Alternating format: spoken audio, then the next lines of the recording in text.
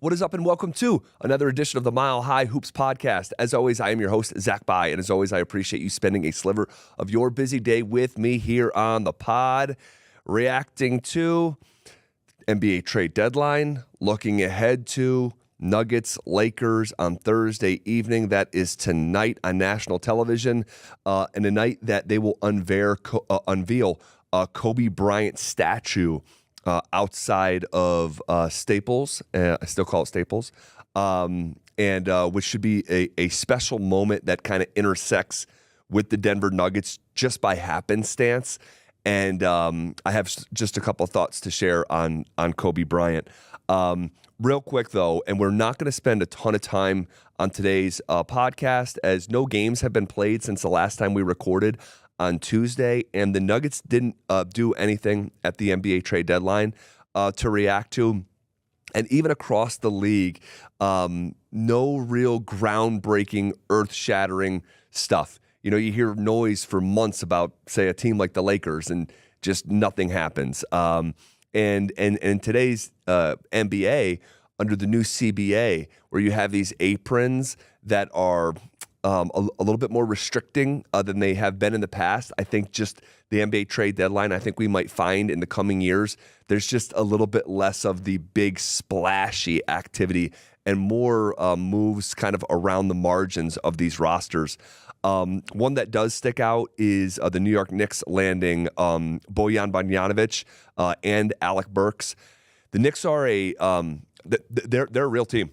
They're a real team. And for the first time in a long time, really, the Knicks are legitimately on my radar. Now, on the Nuggets' radar, no. You know, I don't think the Knicks are going to be playing in the NBA Finals this year, but it has been a long time since I look up in the Eastern Conference standings and see the New York Knicks in playoff position to host a first-round game. Jalen Brunson has been a revelation for that franchise that has been downtrodden for years and mismanaged, and ownership stuff that is problematic. But they're a fun team, and I think they got that's one team at the deadline that I think got legitimately better. In terms of Denver, you know, and the lack of activity, I'm really there was nothing clear and obvious for me that was representing an upgrade. I just didn't see it. You heard stuff about maybe Monte Morris or DeLon Wright. Again, that's not any big picture movement, and the Nuggets have such a good thing right now that I don't think anything that was proposed was really moving the needle, and again represented a definitive upgrade. So I'm not shocked at all that Denver didn't make a move. And here's the thing: I don't think they needed to make a move. I just don't. We have to reset and recalibrate our mindset for playoffs. And what is it going to look like when the NBA playoffs start? You're going to have your starting five playing close to 40 minutes a night. That leaves about 8 minutes left over. Now, I don't want to get casual because in 8 non-Jokic minutes could lose a basketball game in the playoffs. And one game could cost you a series. So I don't want to be dismissive, but I just think the Nuggets are fine. I really do. And I don't think that's me being overly cocky or confident. It is confident. It is confident in the group that I watched win a championship. And, once we get into that time, I think it's going to be an 8-man rotation. All right. You got your starting five plus Reggie Jackson, Peyton Watson, and Christian Brown. And I think you're just going to move forward like that. And I know Christian hasn't been great this year. You could make an argument that he has regressed. But I think that regression is born out of Christian Brown trying to add to his game and layer his game and become a better player and be more complete and be more of an offensive threat. And I think that comes from a good place. But I think when the NBA playoffs start, I think you'll see him kind of be who he's been even this past week or so, where he's just sort of simplifying and okay, don't try to do too much. Be a disruptor defensively. Play as hard as you can on every single possession. Run the floor with incredible fervor. Rebound the basketball. Keep it right there. And if you play that way, that simplified way when you're not trying to think, what am I going to do when I get the basketball? Good thing, the game will reward you. And I think that when we get to the playoffs, I'm bringing that up, is that Christian is not going to have the luxury to freestyle like we've seen him here in the first half or big chunk of this season. So I think his process will kind of narrow and get back to how impactful he was in last year's playoffs. And I think they're going to be fine. Peyton Watson is just ascending and continues to be just fantastic in year number 2. He has earned the right to be in the playoff rotation. And then Reggie Jackson is a bona fide veteran. And I know he's not the defender that either of those Peyton Watson or Christian Brown are, but I think Reggie Jackson has earned the right to be in that spot. So we'll see. We'll talk next week about the buyout market and what the fallout is here after the deadline. And maybe there's an intriguing name or two that we'll circle back to. But for right now, trade deadline has come and gone, all quiet on the Nuggets front. You're the reigning champs, and you have to remind yourself, other teams are trying to strengthen themselves so they can catch up with you. The Nuggets aren't chasing their tail here, okay? They're not chasing. They're keeping it together, and I think that's good enough. All right, I really do. I really do. Okay, couple other things here. The game against the Lakers, national television. It's got special meaning this evening. All right, the Lakers are not a great basketball team, but they are. You're always going to get up for this. You're always going to get up, and it's LeBron and it's Anthony Davis, and they've won 4 in a row here leading into tonight, so they're playing well. All right, the night has a meaning to it that means way more than the actual game, and that's the unveiling of the Kobe Bryant statue. They have a culture out there that they have a collection of statues outside of Staples that are like Los Angeles legends. All right. Kareem Abdul-Jabbar is out there. Magic Johnson is out there.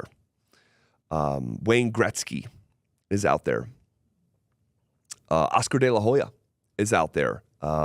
Chick Hearn, the longtime Lakers announcer who's no longer with us, who once upon a time invented the phrase slam dunk, he's out there.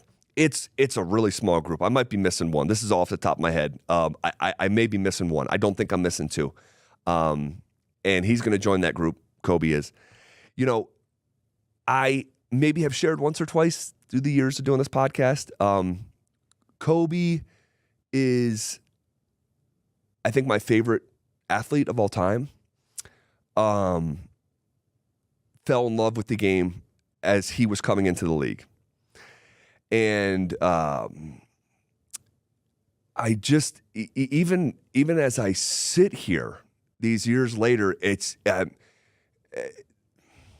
not saying this to be dramatic. Like, I think in a lot of ways I'm still processing his death. Like, how did he die in a helicopter crash? That just, it's almost like, it's so hard for me to reconcile. And I don't know if I ever will.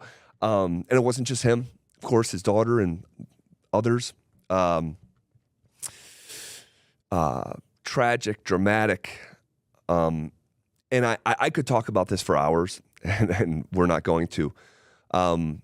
Kobe was so loved by the current players more than almost any other figure other than Jordan that I've ever seen.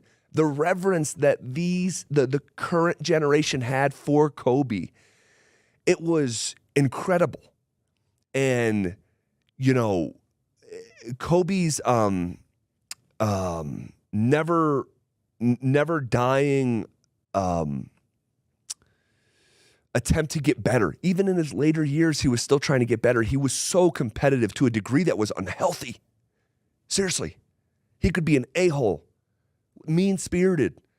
And it came from just this place of like his DNA. There was like this something in there like Michael, where it was just a relentless effort and a relentless pursuit to be the best basketball player that ever lived. And He fell short of that, but that old phrase, like aim for the moon, and maybe if you miss, you hit a star on the way down. Kobe's one of the 10 greatest ever to do it, in my opinion. And up until the last game he freaking played, when he went for 60 on the Jazz. Still hard to believe that. I still can't believe all these years later how his last game ended. But I remember where I was when he scored 81. I remember the championships, and then the depths that the Lakers fell when he was playing with Swish Parker and Chris Mim and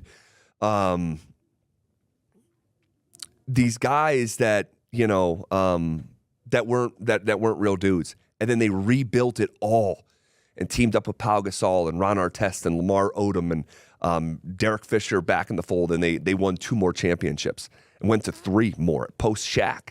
So I think it'll be a special night. And there's a nugget that holds Kobe in the most absurd kind of light, and it's Jamal. He's patented so much of his game after Kobe. When I see his footwork and him do that reverse pivot in the post, it's like, that's Kobe. So it'll be good. It'll be good. It'll be a special night. It's on national television. I think the Nuggets will be up for it. It's like a 3-point spread. Like I said, Lakers are playing well. I think it's gonna be a great game. I hope everyone enjoys it, and we'll come back on Tuesday.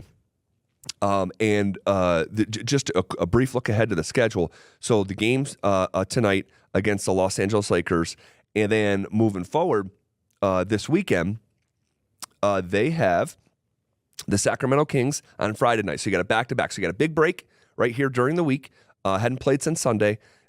Big break. You play Thursday, Friday, the Lakers, Kings, and then Monday is in Milwaukee, and that's going to be a fun one as well, as the Nugs just beat Milwaukee at the end of January after that Sixers win. So fun stretch of games here, fun players, and we'll react to it all no matter what happens against the Lakers tonight, the Kings on Friday night, and then the Milwaukee Bucks on Monday. We'll be back here on Tuesday talking about it right here on the Mile